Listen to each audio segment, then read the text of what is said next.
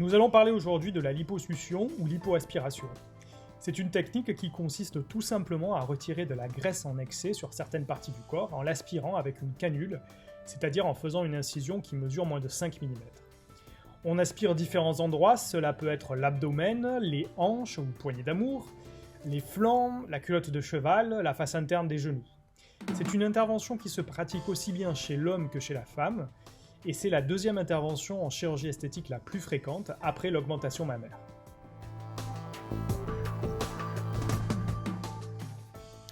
Alors pourquoi faire une liposuction? Une liposuction est très efficace sur des excès de graisse qui sont particulièrement localisés, ce qu'on appelle des lipoméries.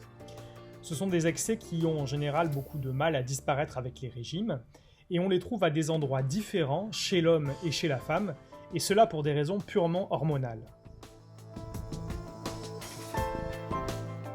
La liposuction ou la lipoaspiration n'est pas une bonne indication principalement dans trois cas.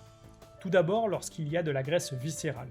La liposuction permet d'aspirer la graisse de la paroi du corps. Elle ne permet pas d'aspirer la graisse qui est à l'intérieur de l'abdomen et qui donne le ventre qui sort tout simplement.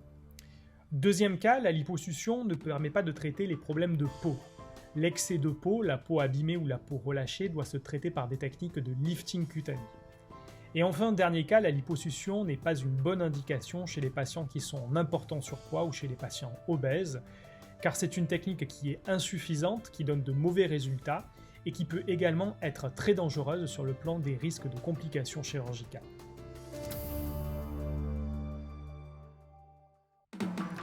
La liposuction, c'est une intervention qui se réalise le plus souvent en ambulatoire ou en restant au maximum une nuit à la clinique. Elle se fait sous anesthésie générale. Elle peut également se faire sous anesthésie locale dans le cadre des petites liposuctions. Après l'intervention, il va y avoir des pansements pendant une dizaine de jours sur les petites incisions qui mesurent environ 3 à 5 mm. Il faudra aussi porter des bas de contention pendant 10 jours pour limiter le risque de faire des phlébites, qui sont des petits caillots qui peuvent boucher les vaisseaux des jambes, les veines des jambes. Il y aura un panty à porter. Ce panty va permettre à la peau de bien cicatriser. Il faudra le porter pendant 2 mois après l'intervention. Des œdèmes et des ecchymoses vont apparaître. Ils vont durer à peu près 10 à 15 jours. Ils vont être douloureux pendant cette période, mais vont très vite régresser tout seuls.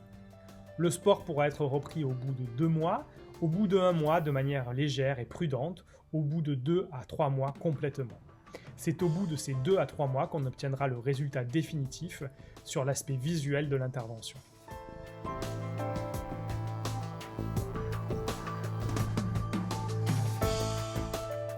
La graisse en théorie ne revient pas sur les endroits qu'on a lipoaspirés.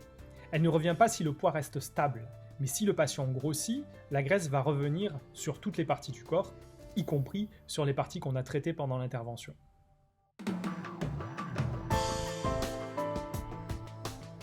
Outre les risques liés à l'anesthésie qui sont les mêmes pour toutes les interventions, la liposuction est une intervention qui a peu de complications. On connaît le risque de phlébite, dont on a déjà parlé, et qui nécessite donc de porter des bas de contention très sérieusement pendant 10 jours.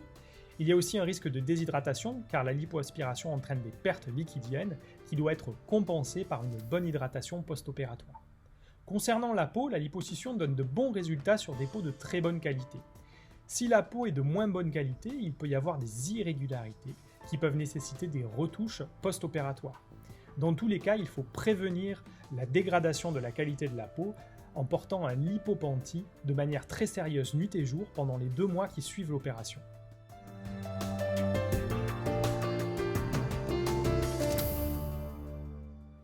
La liposuction ne traite pas la cellulite ou la peau d'orange. La liposuction ne s'attaque qu'au volume de graisse, elle ne s'attaque pas à la qualité de la peau. Pour traiter la qualité de la peau, il faut avoir recours à d'autres techniques qui n'ont rien à voir avec la liposuction.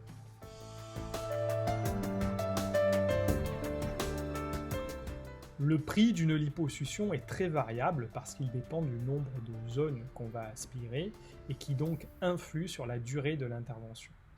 Un devis détaillé en fonction du plan opératoire vous sera remis au cours de la consultation préopératoire. Vous aurez 15 jours pour y réfléchir et pour retourner ce devis avant de vous décider pour vous faire opérer.